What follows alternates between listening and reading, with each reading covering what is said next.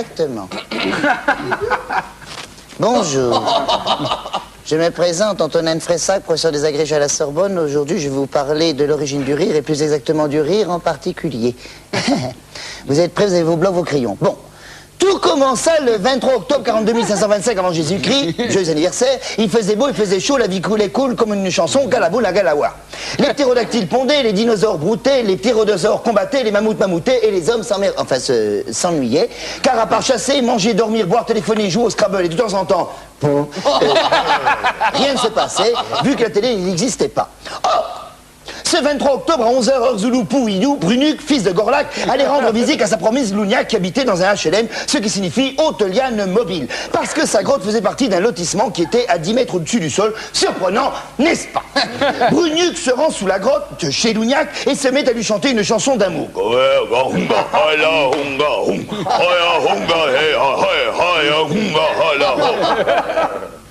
Je sais plus.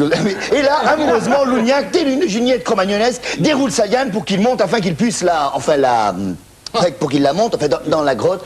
Oh oui, amour. Je dis bien, et là, horreur et pour une ménopause, la liane qui avait été posée un peu trop près du foyer, s'était entièrement consumée, car les tétés. Brunuc se mit en colère. Ce qui veut dire, la liane cramée, ça me fait chier. Et oui, elle se mit à pleurer. Mais soudain, elle eut une idée. Et elle part à fond au fond de la grotte. Normal, c'est l'écho. Et revient avec un morceau d'intestin de dinosaure à la gelée de Schrulude sauvage. À noter que le Schrulude sauvage, c'est comme l'autruche, mais sans les cornes. Elle attache un bout à une défense de mammouth et lance l'autre bout à Brunuc qui dit « Excuse-moi, ma Stroupinarus ».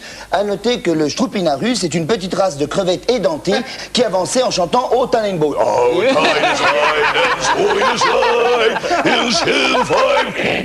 Et couramment utilisé comme mot d'amour pour nos ancêtres. Et il lui dit donc, excuse-moi, un Stroupinarus, j'arrive. Il commence son ascension. Et là, soudain, balgomiou, piou, plarirette et coucou prout, la magie intervient. Bonjour, je suis la magie. Le boyau étant élastique, provoque un mouvement de haut en bas qui s'accentue, provoquant des gargouilles dans le ventre de Brunuc, qui au bout d'un moment ne peut s'empêcher de laisser fuser un cri qui jusqu'alors était inconnu des hommes. Le rire était né. Et oui, alléluia, alléluia. Brunuc ne cessait de rire. Et là, affolé, apeuré, esselé, Louniac se penche pour voir et se reçoit en pleine figure. Face gueule, Brunuc, emporté par son élan, qui finit sa course comme une machine à laver. Ça, c'est bien vrai, ça. Et là, Louniac, la tête ensanglantée, mais toujours aussi belle, comprend le pourquoi du comment et se met à rire. Ce qui provoque le fou rire dans toute la tribu. Aussi, nos ancêtres, ne connaissant pas la joie des calembours et l'almen à vermeau, afin de rire, poussaient régulièrement une personne du haut du HLM, avec au pied un boyau de dinosaures. Bref, tout le monde s'éclatait la gueule à longueur de journée. Et comme un rire vaut un bon steak, plus personne ne chassait, et tout le monde pensait à faire des grottes en plus hautes, afin de s'élever dans l'humour, d'où Tour de Babel, pyramide et building. Délirant, n'est-ce pas? En conclusion, je pourrais dire, le rire est l'homme, ce que la matraque est au bébé phoque. Je vous remercie de votre attention. La semaine prochaine, nous parlerons de fou rire chez l'huître perlière du Japon. Merci de votre attention.